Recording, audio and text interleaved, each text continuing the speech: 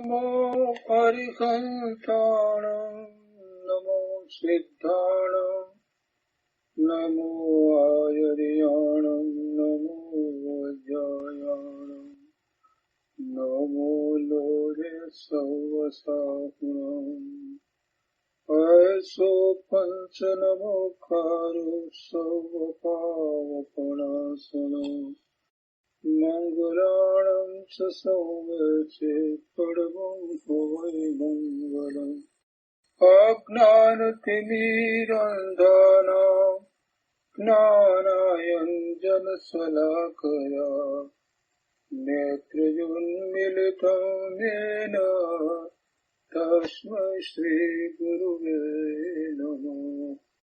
मखादिव्याकुक्षिरत्नम् शब्दजितवरयात्मजम् श्रीराजचन्द्रगतं वन्दे तत्त्वलोचनदायकम् प्रभु तत्त्वलोचनदायकम्। આજે કૃપાળુદેવના વચનામૃતનો સ્વાધ્યાય. આજે આપણે પત્રાંક 566 અને 567 લઈશું. આપણે 564 સુધી ગઈ વખતે પત્રાંક પૂરા કર્યા છે. પત્રાંક 566. આ પત્ર શ્રી સૌભાગભાઈ પ્રત્યે લખાયો છે.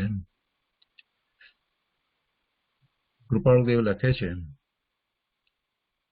કે મુંબઈ ફાગણ સુદ 13 સંવંત 1951. અસરણ એવા સંસારને વિશે નિશ્ચિત બુદ્ધિએ વ્યવહાર કરવો જેને યોગ્ય જણાતો ન હોય અને તે વ્યવહારનો સંબંધ નિવૃત્ત કરતા તથા ઓછો કરતા વિશેષ કાળ વ્યતીત થયા કરતો હોય તો તે કામ અલ્પકાળમાં કરવા માટે જીવને શું કરવું ઘટે, એટલે કે શું કરવું જોઈએ. શું કહે છે કે આ સંસાર તો અસરણ છે, એ શરણભૂત નથી. એવો આ સંસાર, અસરણ એવો આ સંસાર, એને વિશે નિશ્ચિત બુદ્ધિએ વ્યવહાર કરવો જેને યોગ્ય જણાતો ન હોય. નિશ્ચિત બુદ્ધિ એટલે એમાં અનેક પ્રકારે પ્લાન કરી અને એ બધું કર્યા જ કરવું. સંસારમાં કોઈ પણ પ્રકારની ઈચ્છા વિના સહજપણે કાંઈ પણ થતું હોય એ વાત જુદી છે, અને પોતે નક્કી કરી અને એ બધા કાર્યો કર્યા કરે એ નિશ્ચિત બુદ્ધિએ વ્યવહાર કર્યો એમ કહેવાય. આયોજનો કરી અને એમાં જ રહે એવો બધો વ્યવહાર. તો કે છે કે એ જેને યોગ્ય ન જણાતો હોય અને તે વ્યવહારનો સંબંધ નિવૃત્ત કરવો હોય અને એવું નિવૃત્ત કરતા તથા એ વ્યવહારને ઓછો કરતા, કરવો છે તો નિવૃત્ત, કોઈ પણ પ્રકારનો વ્યવહાર હવે જોઈતો નથી, પણ એ ઓછો કરતા એમ એનાથી નિવૃત્ત થવાય.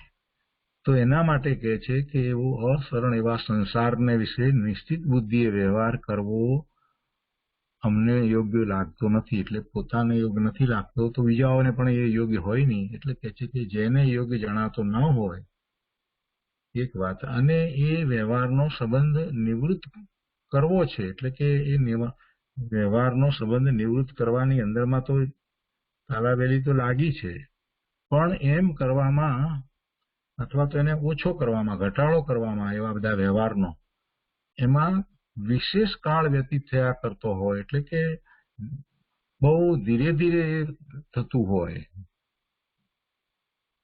તરત જ એનાથી નિવૃત્ત થઈ જાય અથવા તો તરત જ એને ઓછો કરી અને પૂર્ણપણે એ નિવૃત્ત થઈ જાય એમ ન થાય. એને બદલે એમાં ઢીલાશ હોય, એટલે કે વિશેષ કાળ વ્યતીત થતો હોય, એક પછી ધીરે ધીરે ધીરે ધીરે ઓછું કરે એટલે ઘણો સમય નીકળી જાય. તો એ બધો સમય એ સંસારના કાર્યોમાં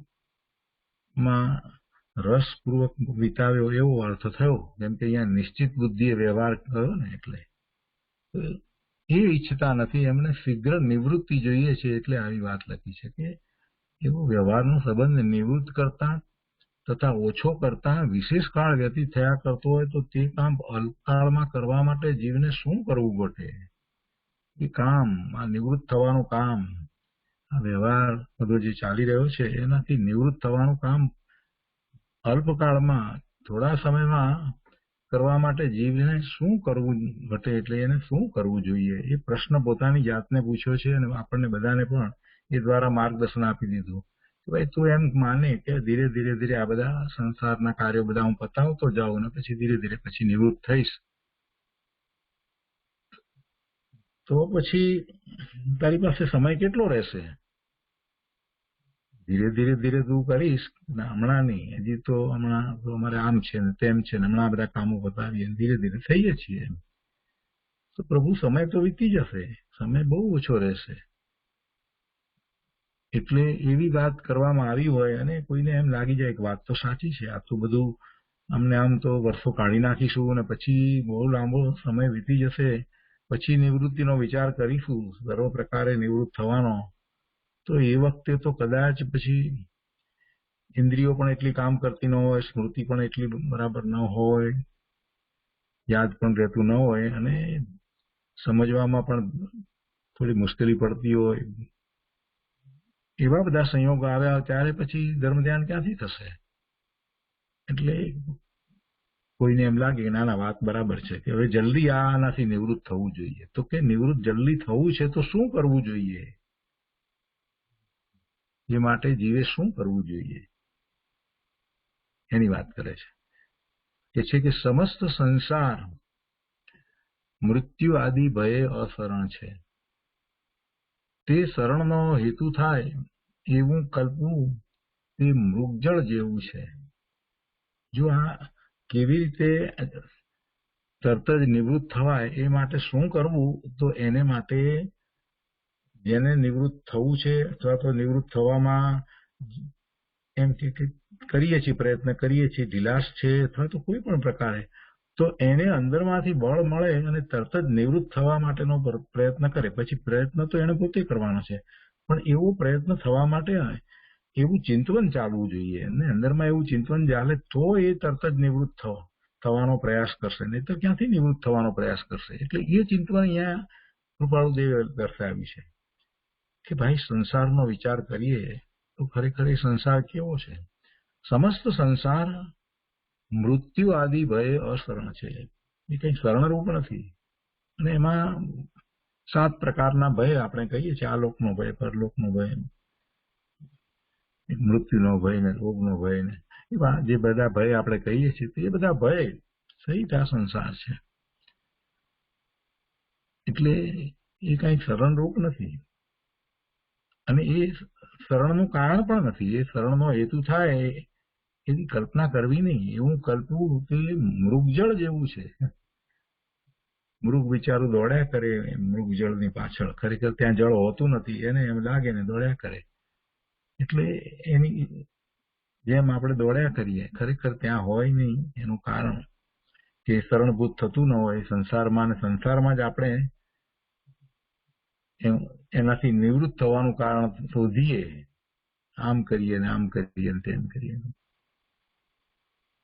ધર્મના નામે આપણે બીજું કરીએ, નિવૃત્તિ લઈએ એટલે વળી પાછા પોતાની જાતને ક્યાંક બીજે વ્યસ્ત રાખીએ, સમાજ સેવા વગેરે આ તે. તો એ બધું સંસારનો જ હેતુ છે. એટલે ખરેખર જે અશરણ છે, જેનું શરણ લઈ શકાતું નથી, એ કાંઈ કોઈ રીતે શરણ થવાનું નથી. અને જો એવી કોઈ પણ રીતે કલ્પના થતી હોય તો એ મૃગજળ જેવું છે.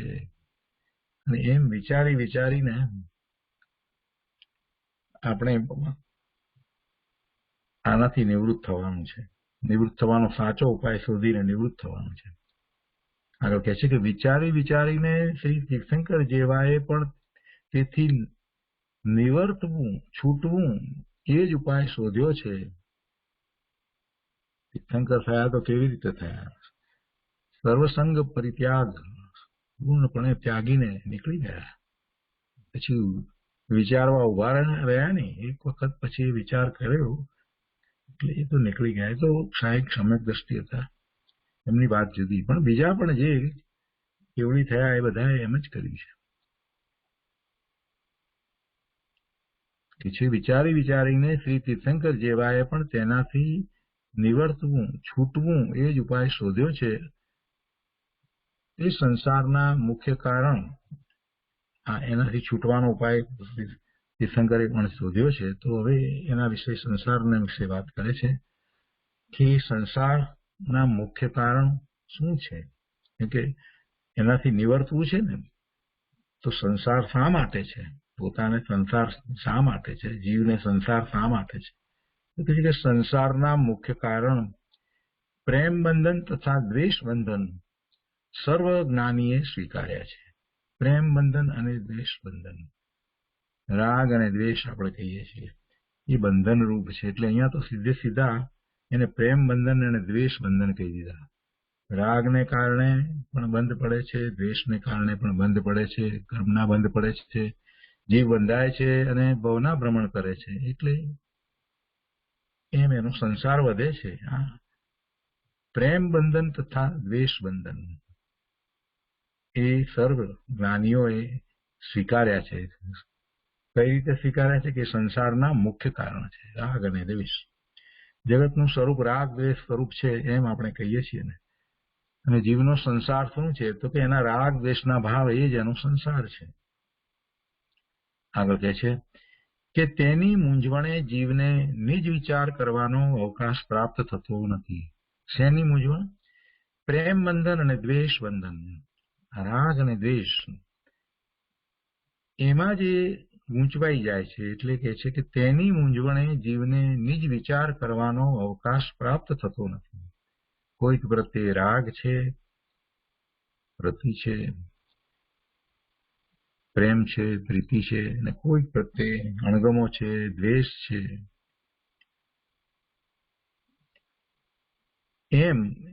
એમાં એ ગૂંચવાઈ જાય છે. એ એક સરખું તો રહેતું નથી. પાછું રાગ પણ કઈ એક સરખો રહેતો નથી ને દ્વેષ પણ કોઈ પ્રત્યે એક સરખો રહેતો નથી. એમાં વધઘટ થયા કરે છે. કેમ કે જેવું એ વિચારે છે એ પ્રમાણે થાય છે. જેવી રીતે વિચારે છે એ પ્રમાણે એ બધા સંબંધો જે છે ને, રાગના અને દ્વેષના સંબંધો જે છે એ રીતે થાય છે. કેમ કે એને ઉભા કરેલા છે ને. આ જીવે રાગ દ્વેષના બંધન પોતે જાતે ઉભા કર્યા છે. અને પછી પાછો એમાં એક કરોળિયો જાળું રચી અને એમાં વચમાં મધ્યમાં બેસે છે ને. એવી રીતે આ જીવ પોતે રાગ દ્વેષ નું જાળું પોતે રચી અને એની મધ્યમાં પોતે જ બેઠો છે. અને પછી એમાં જે રહ્યો છે. અહીંયા કહે છે કે તેની મૂંઝવણે જીવને નિજ વિચાર કરવાનો અવકાશ પ્રાપ્ત થતો નથી. પોતાના સંબંધી વિચાર કરવા માટે એ નવરો જ થતો નથી. રાગ દ્વેષ કર્યા જ કરે છે. અથવા નિજ વિચાર કરવાનો અવકાશ પ્રાપ્ત થાય, એટલે કે છે કે અથવા થાય એવા યોગે તે બંધનના કારણથી આત્મવીર્ય પ્રવર્તી શકતું નથી. કદાચ એવો વિચાર થાય, એવો અવકાશ પ્રાપ્ત કરવાનો, નિજ વિચાર કરવા માટેનો અવકાશ પ્રાપ્ત થાય, પોતાના સ્વરૂપનો વિચાર કરવાનો થાય, તો પણ પેલું રાગ દ્વેષનું બંધન છે ને એ જ્યાં સુધી છૂટ્યું નથી, એમાં રહીને કરવાનો વિચાર કરે કે આ બધાથી નિવૃત્ત થઈએ, તો ક્યાંથી થાય? એટલે એ બંધનના કારણથી આત્મવીર્ય પ્રવર્તી શકતું નથી. અને એમ થાય કે આ બધા સંબંધો હું તોડી નાખું, કાપી નાખું, આ બધાથી નીકળી જવું, એ હજી એને થતું નથી. એમાં બળ આવતું નથી. એવા બંધનો છે એનું લક્ષ્ય કરી અને એ આત્મા સંબંધીનો વિશેષ વિચાર કરી શકતો નથી. એ બંધનના કારણથી આત્મવીર્ય પ્રવર્તી શકતું નથી. અને તે સૌ પ્રમાદનો હેતુ છે, એ પ્રમાદનું કારણ છે.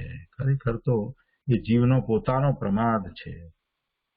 કોઈના પ્રત્યે રાગ અને દ્વેષ ભાવના કરી અને પોતાના સ્વરૂપને ભૂલી જવું, આત્માનો વિચાર કરવો જ નહીં, આ બધું શું છે? પ્રમાદ છે.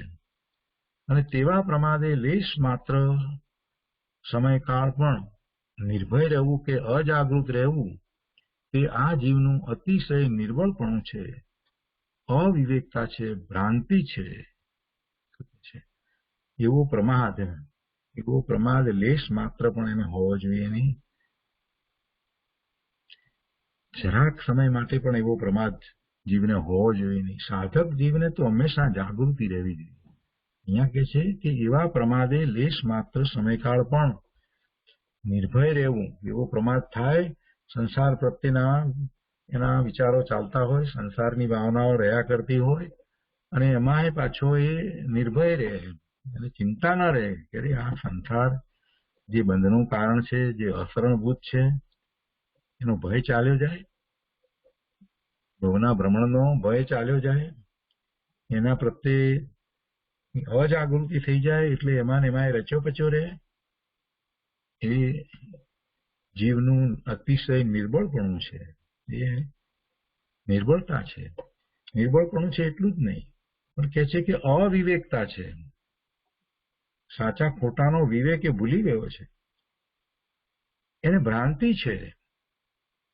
કોઈકની સાથે સંબંધ રાખીએ, મેન્ટેન કરીએ, એને બધી ભ્રાંતિ છે. રાગ છે તો દ્વેષ તો થવાનો જ છે. એમ રાગ કરતા કરતા કઈ આગળ કઈ પોતાને શરણ પ્રાપ્ત થવાનું છે? કાંઈ શરણ પ્રાપ્ત થવાનું નથી. કાંઈ શરણ પ્રાપ્ત થવાનું નથી ભાઈ. એટલે તો કૃપાળુદેવ કહે છે કે આ જે સંસારનું કારણ રાગ દ્વેષ, એને શીઘ્ર છોડવો જોઈએ અને એનાથી નિર્ભય ન રહેવું જોઈએ, અજાગૃત ન રહેવું જોઈએ. એનો ભય લાગવો જોઈએ, સંસારનો ભય લાગવો જોઈએ. પોતાની આ નિર્બળતા, પોતે આ છોડી નથી શકતો, પોતે એનાથી નિવર્તી નથી શકતો, એ માટે એને સતત જાગૃતિ રહેવી જોઈએ, છોડવાનો ઉપાય કરવો જોઈએ. એટલે કે છે કે એ નિર્બળપણું એ અવિવેક પણ છે, એ ભ્રાંતિ છે, એને ખોટું કંઈક પકડાઈ ગયું છે, એટલે ભ્રાંતિ છે. અને ટાળતા અત્યંત કઠણ એવો મોહ છે. ભ્રાંતિ છે એટલે મોહ છે, અને એ મોહને ટાળવો એ અત્યંત કઠણ છે. જેને ટાળવો અત્યંત કઠણ છે એવો મોહ છે. આ મોહને કારણે, ભ્રાંતિને કારણે આ જીવ એક અથવા બીજા પ્રકારે સંસારની જ ભાવના કર્યા કરે છે, રાગ દ્વેષના પરિણામ જ કર્યા કરે છે, અને એમાં પરિણામ કરતો થકો એ સ્વરૂપને ભૂલી જાય છે અને પ્રમાદી થઈ જાય છે. આગળ કહે છે કે સમસ્ત સંસાર બે પ્રવાહથી વહે છે, પ્રેમથી અને દ્વેષથી. પ્રેમથી વિરક્ત થયા વિના દ્વેષથી છૂટાય નહીં, અને પ્રેમથી વિરક્ત થાય તેણે સર્વસંગથી વિરક્ત થયા વિના વ્યવહારમાં વર્તી અપ્રેમ એટલે ઉદાસ દશા રાખવી એ ભયંકર વ્રત છે. પ્રેમ અને દ્વેષ એવો આ પ્રવાહ, સમસ્ત સંસાર એ બે પ્રવાહથી વહે છે, પ્રેમથી અને દ્વેષથી. એટલે રાગ અને દ્વેષથી એને સંસાર છે. સંસાર કેમ અનાદિનો ચાલ્યો આવે છે? કે રાગ દ્વેષના પ્રવાહથી. એ રાગ દ્વેષ કર્યા કરે છે અને સંસાર સતત એને પ્રાપ્ત થાય છે. તો એમાં એને એમ થાય કે હું બસ દ્વેષ ભાવ છોડી દઉં, તો એ બનવું અશક્ય છે, એમ અહીંયા કૃપાળુદેવનું કહેવું છે. કેમ કે એ રાગ અને દ્વેષ એક સિક્કાની બે બાજુ જેવા છે. રાગ થાય એટલે અપેક્ષાઓ થવાની જ. કોઈના પણ પ્રત્યે રાગ હોય તો એના પ્રત્યે અપેક્ષા હોય, અને એ અપેક્ષા જો પૂરી ન થાય તો દ્વેષ તરત જ થઈ જાય છે. એ વ્યક્તિ પ્રત્યે હોય કે વસ્તુ પ્રત્યે હોય, ગમે તે હોય, એના માટે જે અપેક્ષા રાખવામાં આવી હોય એ અપેક્ષા જો પૂરી ન થાય તો તરત દ્વેષ થઈ જાય. કેમ કે રાગ ખૂબ કર્યો છે તો પછી દ્વેષ પણ એવો જ થઈ જાય છે, અપેક્ષા પૂરી ન થાય એટલે. એટલે એ બંને તો સાથે જ જાય છે. એટલે એ રાગથી જ્યાં સુધી વિરક્ત ન થાય ત્યાં સુધી એ દ્વેષથી પણ વિરક્ત થઈ શકતો નથી. એટલે પહેલા એને એવા પ્રેમથી રાગથી વિરક્ત થવું પડે. કહે છે કે પ્રેમથી વિરક્ત થયા વિના દ્વેષથી છૂટાય નહીં, અને પ્રેમથી વિરક્ત થાય તેણે સર્વસંગથી વિરક્ત થયા વિના વ્યવહારમાં વર્તી ઉદાસ દશા રાખવી તે ભયંકર વ્રત છે. પ્રેમથી વિરક્ત થાય તેણે સર્વસંગથી વિરક્ત થવું પડે. સર્વસંગથી વિરક્ત થયા વિના વ્યવહારમાં વર્તી અને પછી ઉદાસ દશા રાખવી એ તો કઠિન વ્રત છે, ભયંકર વ્રત છે. એ થઈ શકે નહીં એવું વ્રત છે. સંસારમાં રસ રાખવો, પ્રેમ રાખવો અને પછી એનાથી નિવર્તવું એ કેવી રીતે બને? કેમ કે અનેક પ્રકારે એને પૂર્વે વિચાર કર્યા હોય, વિકલ્પો કર્યા હોય, અનેક માન્યતા કરી હોય, મોહવશ થઈને કરી હોય, એ બધી એકદમ કઈ ચાલી જાય છે? એમ થતું નથી. છૂટવું અઘરું છે. એટલે એને જાતે નિર્ણય કરવો જ જોઈએ. બરાબર બળવાનપણે એને અંદરમાંથી એવો વિચાર ઉદ્ભવવો જ જોઈએ કે ના, આ સંસાર છે તે અસરણ છે, એ દુઃખનું કારણ છે, અને મને એ સંસાર જોઈએ નહીં, અને સંસારમાં જોઈએ નહીં તો રાગ ને દ્વેષ બંનેથી મારે છૂટવું જ જોઈએ. અરે રાગ ને દ્વેષ બંનેથી જ્યાં સુધી હું ન છૂટી શકું ત્યાં સુધી તો સંસાર રહેવાનો જ છે. એટલે રાગથી પણ છૂટવાનું, પ્રેમથી, અહીંયા કહે છે પ્રેમથી વિરક્ત થવું જોઈએ, અને પ્રેમથી વિરક્ત થયા વિના દ્વેષથી છૂટાય નહીં. અને પ્રેમથી વિરક્ત થાય તો પછી એને બધાનો સંગ છોડવો જ પડે. સર્વસંગથી વિરક્ત થયા વિના એ કઈ પ્રેમથી છૂટાતું નથી.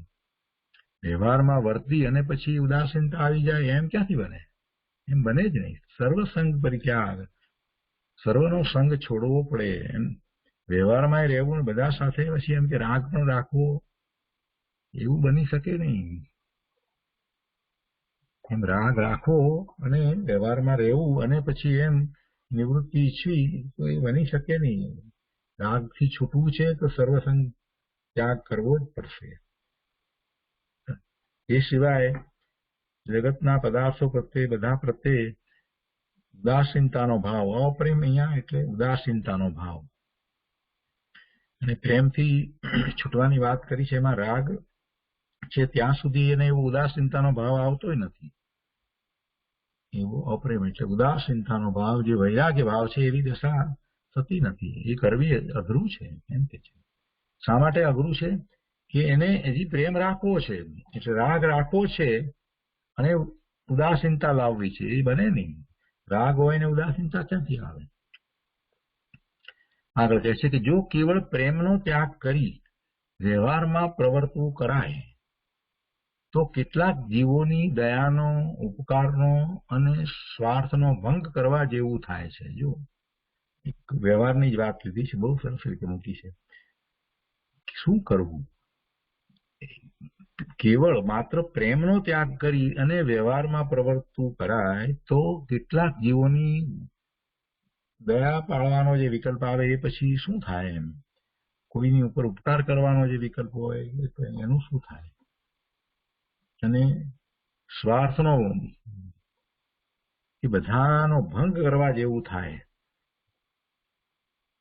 અને તેમ વિચારી જો દયા, ઉપકાર આદિ કારણે કઈ પ્રેમ દશા રાખે તો એવી પ્રેમ દશા રાખતા ચિત્તમાં વિવેકીને ક્લેશ પણ થયા વિના રહેવો ના જોઈએ. એટલે કે ક્લેશ પણ થઈ જાય. પ્રેમ રાખે તો ક્લેશ પણ થઈ જાય. તો હવે શું કરવું? એમ પ્રશ્ન કરે છે કે ત્યારે તેનો વિશેષ વિચાર કયા પ્રકારે કરવો? જો સ્વભાવભાઈને આ વાત લખી છે. આવું ચિંતન જયારે કરવામાં આવે ત્યારે આમાંથી 2-3 વસ્તુ એક સાથે આપણને મળી. કે પહેલી વાત તો કે આ સંસાર જે છે એ શરણભૂત નથી, એ છોડવા લાયક છે. અને છોડવો છે, એનાથી નિવૃત્ત થવું છે તો પછી ધીરે ધીરે કરી અને સમય વ્યતીત કરવાનો ન હોય, એ કામ જલ્દી થઈ જવું જોઈએ તો જ બરાબર કહેવાય. અને એ વાત શ્રી તીર્થંકરે પણ કરી છે. એનાથી નિવર્તવું, છૂટવું એ જ છે. અને એનો ઉપાય જેમ તીર્થંકર ભગવાને કર્યો એવો ઉપાય કરવો જોઈએ, એમ કહેવાનો આશય છે. વિચારી વિચારીને શ્રી તીર્થંકર જેવાએ પણ તેથી નિવર્તવું છૂટવું એ જ ઉપાય શોધ્યો. તો એનો અર્થ શું થયો કે આપણે પણ એ ઉપાય કરવો જોઈએ. એ વાતમાં કૃપાળદેવે કરી દીધી. અને પછી આ સંસારના બંધન વિશેની વાત લીધી કે સંસારના બંધનને કારણે એને પ્રમાદ થયા કરે, એટલે કે સ્વનો વિચાર આવતો જ નથી. સ્વનો વિચાર આવતો નથી, સ્વરૂપની ભાવના થતી જ નથી. અને એના મૂળ કારણ પછી એમણે એ દર્શાવ્યા. અને પછી આ રાગ અને દ્વેષની વાત કરતા કહે છે કે રાગ દ્વેષ ખરેખર છોડવા હોય તો એને છોડવા માટે સર્વસંગ ત્યાગ કરવો જરૂરી છે. અંતરમાં કોઈકના કોઈક કારણથી એમ લાગે કે આ બધા સાથે કોઈક પ્રેમ ભાવ રાખીએ તો જીવની દયાનો ઉપકારનો કે એ બધું રાખી અને આપણે કંઈક પ્રવર્તીએ તો પછી એ રાગ રહેશે. થોડો રાગ રહેશે તો થોડો પણ ક્લેશ તો થશે જ. તો શું કરવું એમ પ્રશ્ન કરી અને અહીંયા મૂકી દીધું છે. બીજી રીતે કહીએ તો સર્વસંગ પરિત્યાગ કરવો જ જોઈએ. એના બીજડા એમના અંતરમાં ક્યારના રોપાઈ ગયા હતા. એટલે હજી આ તો 28મા વર્ષની વાત બધી છે ત્યારે આ વાત હતી. અને પછી તો 33મા વર્ષમાં તો એમને બહુ જ ભાવના થતી હતી સર્વસંગ પરિત્યાગની, કેમ કે એના વિના છૂટકો જ નથી વાત હતી. તો એ પછીથી એ રીતે પત્ર 566 આપણે પૂરો કરીએ છીએ. એ પછીથી 567મો પત્રાંત છે, આપણે લઈએ. એ પણ સૌભાગભાઈ પ્રત્યે લખાયો છે.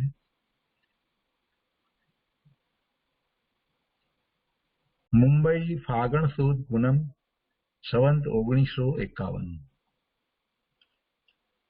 શ્રી વિતરાગને પરમ ભક્તિએ નમસ્કાર. શ્રી વિતરાગને પરમ ભક્તિએ નમસ્કાર.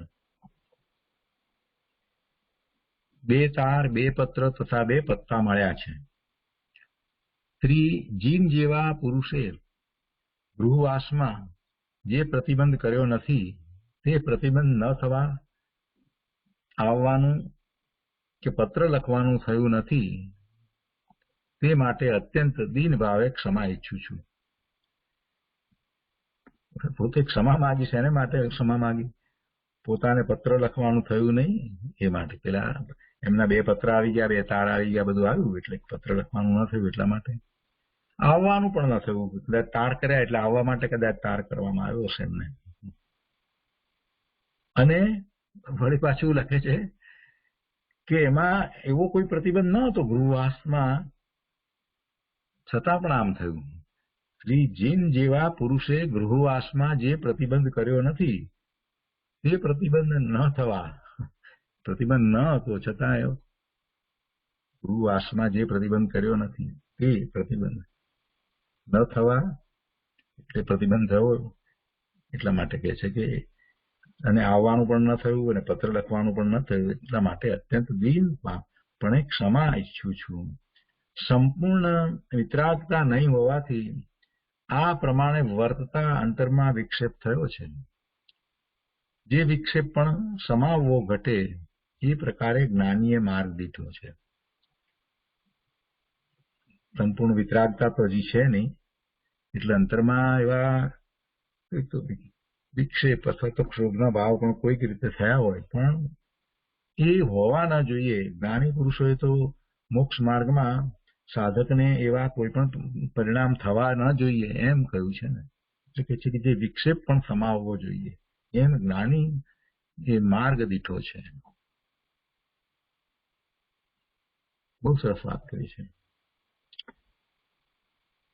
જે માર્ગે ગયા છે, જે મોક્ષ માર્ગમાં પ્રવર્ત્યા છે એવા જ્ઞાની પુરુષોએ એમ કહ્યું છે કે જીવને કોઈ પણ પ્રકારે સમભાવ છૂટવો ન જોઈએ, અસંભાવ થવો ન જોઈએ, કોઈ પણ પ્રકારે ખેદ પણ થવો ન જોઈએ.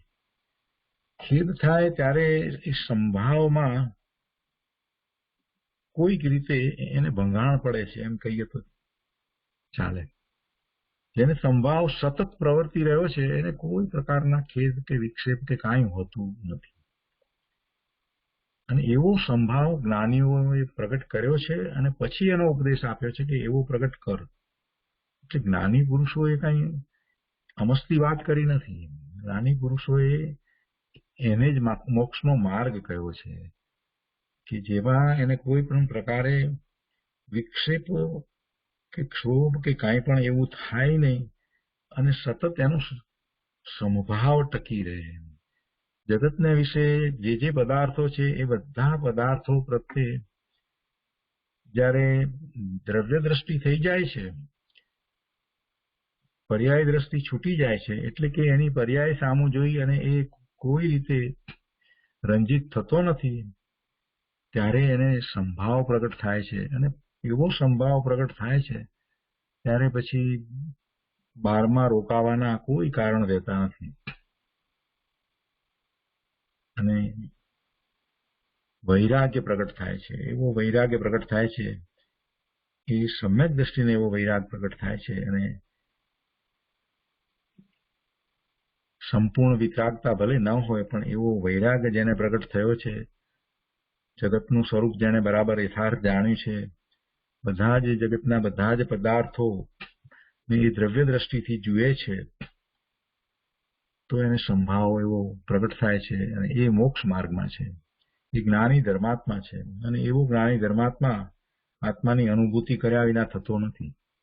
જેને આત્માની અનુભૂતિ થઈ હોય એ સમ્યક દ્રષ્ટિ જીવ આવો સંભાવે પ્રવર્તે છે. અને સંભાવે પ્રવર્તો હોય તો એને કોઈ પણ પ્રકારનો જો ક્ષોભ કે વિક્ષેપ કોઈ પણ પ્રકારે કઈ થાય તો એને તુરત જ સમાવી દેવા જોઈએ. એમ જ્ઞાની પુરુષોએ મોક્ષ માર્ગ કહ્યો છે. જે આત્માનો અંતર વ્યાપાર એટલે કે અંતર પરિણામની ધારા તે બંધ અને મોક્ષની એટલે કે કર્મથી આત્માનું બંધાવવું અને તેથી આત્માનું છૂટવું વ્યવસ્થાનો હેતુ છે. શું કહે છે? આત્માનો અંતર વ્યાપાર તે બંધ અને મોક્ષની વ્યવસ્થાનો હેતુ છે. બંધ મોક્ષની વ્યવસ્થા કઈ રીતે છે? તો કે અંતર વ્યાપારથી છે. અંતર પરિણામની ધારાથી આ વ્યવસ્થા છે. શું વ્યવસ્થા? બંધની વ્યવસ્થા શું છે? તો કે એવા પરિણામ અંતરમાં એવા પરિણામ કરે એટલે બંધ પડે. અને મોક્ષની વ્યવસ્થા શું છે? તો કે અંતર પરિણામ સ્વના લક્ષ્ય થાય તો મુક્તિ થાય, મોક્ષ થાય. એટલે આત્માના અંતર વ્યાપાર દ્વારા જ એને બંધ અને મોક્ષ છે. આના અંતર પરિણામ કેવા છે? એના અંતર પરિણામની ધારા કઈ તરફ છે? સ્વનું લક્ષ્ય કરીને અંતર પરિણામ થઈ રહ્યા છે, સ્વભાવ ભાવે પરિણમી રહ્યો છે, તો એ મુક્તિને પ્રાપ્ત કરે છે. અને જો વિભાવ ભાવે પરિણમી રહ્યો છે તો એને સંસાર ફળે છે. એટલે અંતર વ્યાપાર, અંતર પરિણામની ધારા એની કેવી ચાલે છે એ ઉપર જ આ કર્મનો બંધનો અને કર્મબંધથી છૂટવાનો આધાર છે. એ બધી વ્યવસ્થા જે કહીએ કે કર્મ બંધાવા અને કર્મ રહિત મુક્ત દશા થવી, એ વ્યવસ્થાનું મૂળભૂત કારણ જો કાંઈ પણ હોય તો આત્માનો અંતર વ્યાપાર છે. એટલે કે ક્રિયાઓ નથી, બાહ્ય ક્રિયાઓ નથી. બાહ્ય ક્રિયાને કારણે કોઈ બંધાય છે કે છૂટે છે, બેમાંથી એક પણ થતું નથી. એ બંધાય છે તો પણ પોતાના અંતરંગ એવા વિપરીત પરિણામોને કારણે, અને છૂટે છે તો પોતાના સ્વભાવને અનુસરીને જેવા નિર્મળ પરિણામ થવા યોગ્ય છે એવા પરિણામ કરીને છૂટે છે. એટલે અંતર પરિણામની ધારા, પોતાના પરિણામ કેવા થઈ રહ્યા છે, અંતરંગ પરિણામ પોતાને કેવા થઈ રહ્યા છે, એનો જીવે વારંવાર વિચાર કરવો જોઈએ કે હું આ જે રીતે પ્રવર્તું છું એમાં મારા અંતર પરિણામ કેવા થઈ રહ્યા છે. કેમ કે એ જ બંધ અને મોક્ષનું કારણ છે.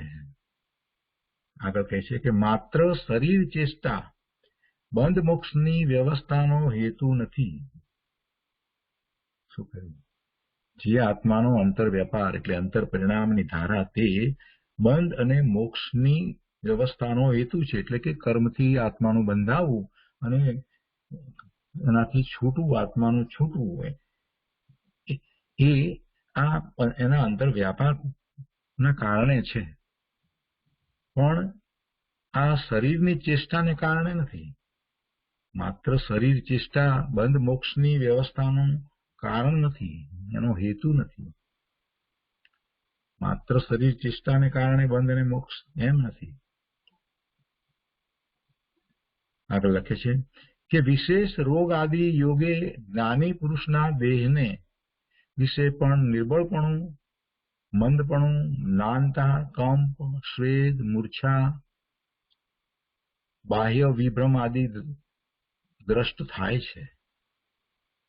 તથાપી જેટલું જ્ઞાને કરીને, બોધે કરીને, વૈરાગ્ય કરીને આત્માનું નિર્મળપણું થયું છે, તેટલા નિર્મળપણાએ કરી તે રોગને અંતર પરિણામે જ્ઞાની વેદે છે. અને વેદતા કદાપી બાહ્ય સ્થિતિ ઉન્મત્ત જોવામાં આવે તો પણ અંતર પરિણામ પ્રમાણે કર્મબંધ અથવા નિવૃત્તિ થાય છે. બહુ સરસ વાત મૂકી છે કે શરીરની ચેષ્ટા એ માત્ર બંધનું કારણ નથી. માત્ર શરીર ચેષ્ટા એ બંધ મોક્ષની વ્યવસ્થાનું કારણ નથી. એથી કાંઈ બંધાઈ શકાય ને છૂટી શકાય, બેમાંથી કાંઈ ખરેખર થતું નથી. શરીર તો એનાથી જુદું છે ને. શરીરની જે કાંઈ ચેષ્ટા થવી, શરીરમાં જે કંઈ ફેરફાર થવા, શરીરમાં જે કંઈ ક્રિયા થવી, આ બધું શરીરનું શરીરના કારણે થાય છે. શરીરનું જે થવું એ એના કારણે થાય છે. અને શરીરની ક્રિયા એ બંધનું કારણ નથી. તો પછી શરીરમાં કોઈ પણ પ્રકારની ક્રિયા હોય એ મુક્તિનું કારણ નથી. બે હાથ જોડી મસ્તક નમાવીએ ને નમસ્કાર કરીએ એવી શરીરની ક્રિયાથી નમસ્કાર નથી થતો. એથી શુભભાવ પણ નથી. શુભભાવ છે અને શરીરની એવી ચેષ્ટા થાય છે. નમસ્કાર કરવાનો શુભભાવ છે અને સાથે બે હાથ જોડી અને મસ્તક નમે એવી શરીરની ચેષ્ટા થાય છે, એટલે આપણે એને નમસ્કાર કહીએ છીએ. પણ એકલી શરીરની ચેષ્ટા થાય અને નમસ્કારનો ભાવ ન હોય તો એમાં શુભભાવ ક્યાં રહ્યો? ચેષ્ટા તો થવાની હોય તે થાય. એટલે ખરેખર અહીંયા એ વાત સમજાવી છે કે એના જેવા ભાવ થાય છે, એના અંતરંગ જેવા પરિણામ થાય છે, એ જ બંધ અને મોક્ષનું કારણ છે. માત્ર શરીર ચેષ્ટા બંધ મોક્ષની વ્યવસ્થાનો હેતુ નથી. અને પછી બીજી વાત આગળ હવે લખે છે, જે જોવામાં આવે છે વ્યવહારમાં અથવા તો પ્રેક્ટિકલી શું થઈ શકે છે, કેવી રીતે હોય, એ વાત હવે લખી છે કે વિશેષ રોગ આદિ યોગે, કોઈ એવા રોગ થયા હોય જ્ઞાનીને, વિશેષ રોગ આદિ યોગે જ્ઞાની પુરુષના દેહને વિશે પણ નિર્બળપણું થાય. જ્ઞાનીનો શરીર પણ નિર્બળ થાય. એમને પણ પછી ઇન્દ્રિયો મંદ થઈ જાય, એટલે કે ઇન્દ્રિયો દ્વારા હવે શિથિલતા આવી ગઈ હોય, એટલે જે કંઈ સાંભળવું કે વાંચવું, વિચારવું, જે કંઈ થતું હોય એમાં એમને મંદપણું થઈ જાય. શરીરના કારણે વાત લખી છે. મ્લાનતા, કંપ, સ્વેદ, મૂર્છા અને બાહ્ય વિભ્રમ એવું પણ આપણને દેખાય. કોઈક રીતે એમના વિશે આપણને એવી બહારમાં શરીરને વિશે એવી મ્લાનતા, મલિનતા, શરીરમાં કંપ દેખાય, પરસેવા છૂટી જતા હોય એવું થતું હોય, મૂર્છા દેખાય, આમ પડી ગયા હોય એવું લાગે, અને બાહ્ય વિભ્રમ આદિ દ્રષ્ટ થાય. એટલે કે બાહ્ય કોઈ પણ કારણમાં કંઈક બની રહ્યું હોય એમાં એમને કંઈક જુદું દેખાય. કેમ કે ઇન્દ્રિયો નબળી પડી હોય તો કંઈક જુદું લાગે કે આમ લાગે છે. આપણને થાય કે આમને કેમ આમ દેખાય છે, બહારમાં તો આવું થઈ રહ્યું છે ને એમને કેમ આમ લાગે છે. પણ એવું દેહમાં નિર્બળપણું આવી ગયું હોય રોગને કારણે, વિશેષ એવો કોઈ રોગ થયો હોય તો એને કારણે આવું કંઈક પણ થયું હોય એવું થાય છે.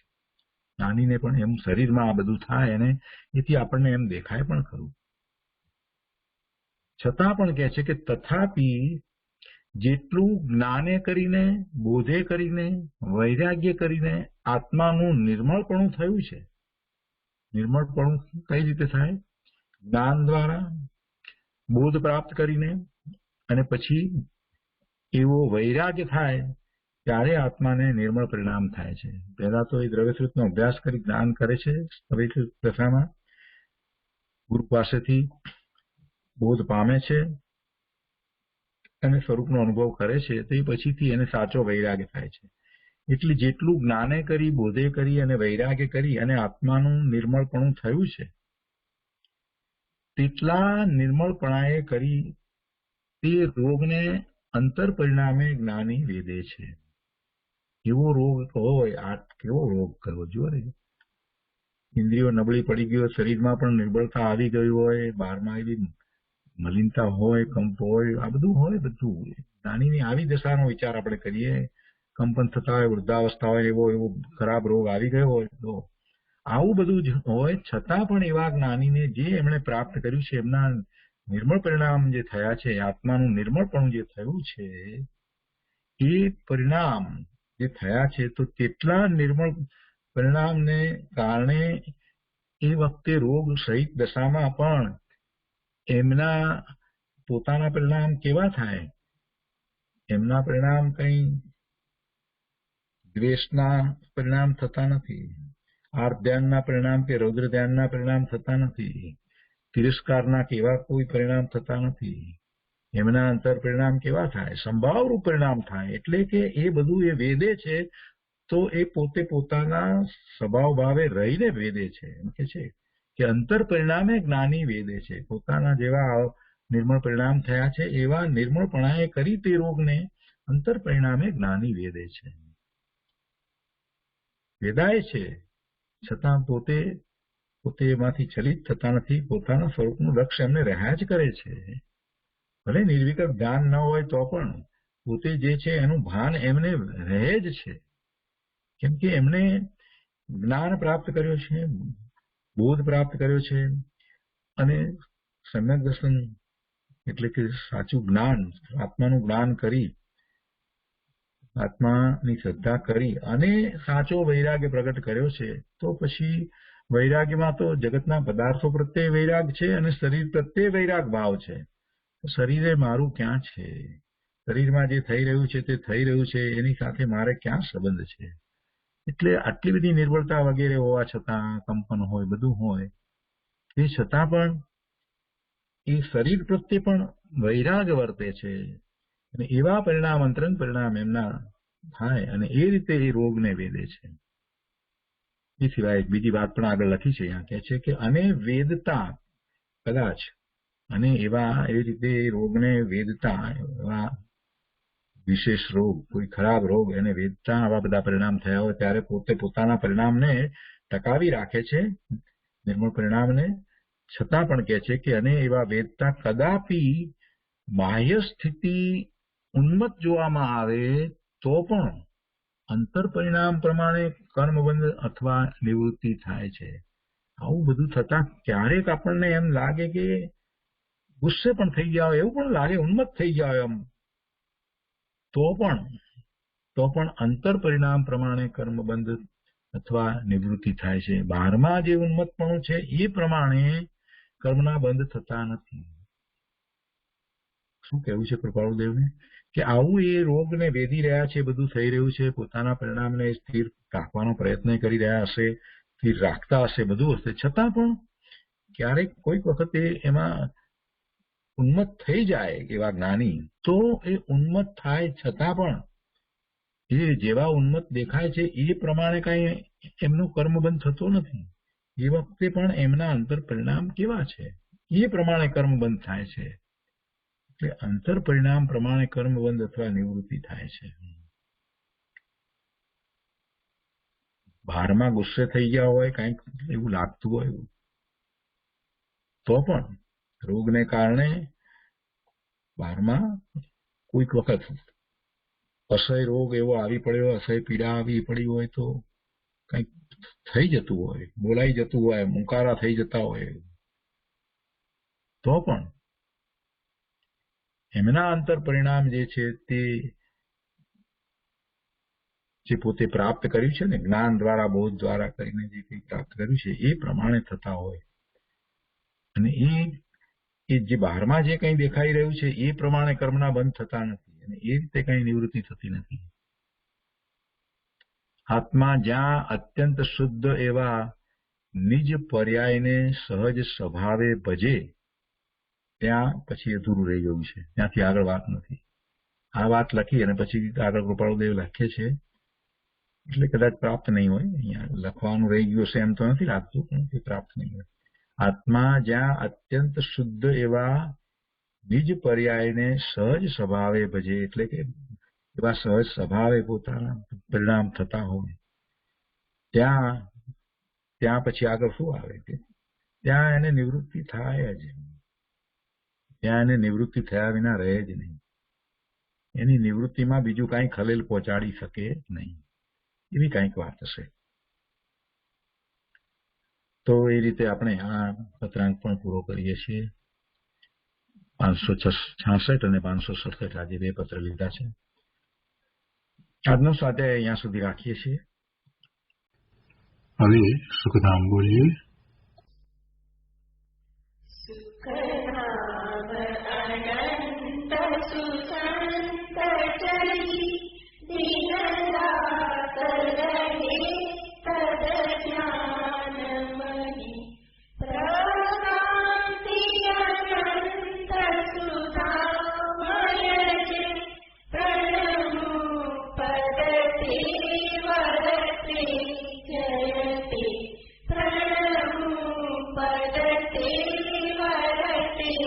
Jayate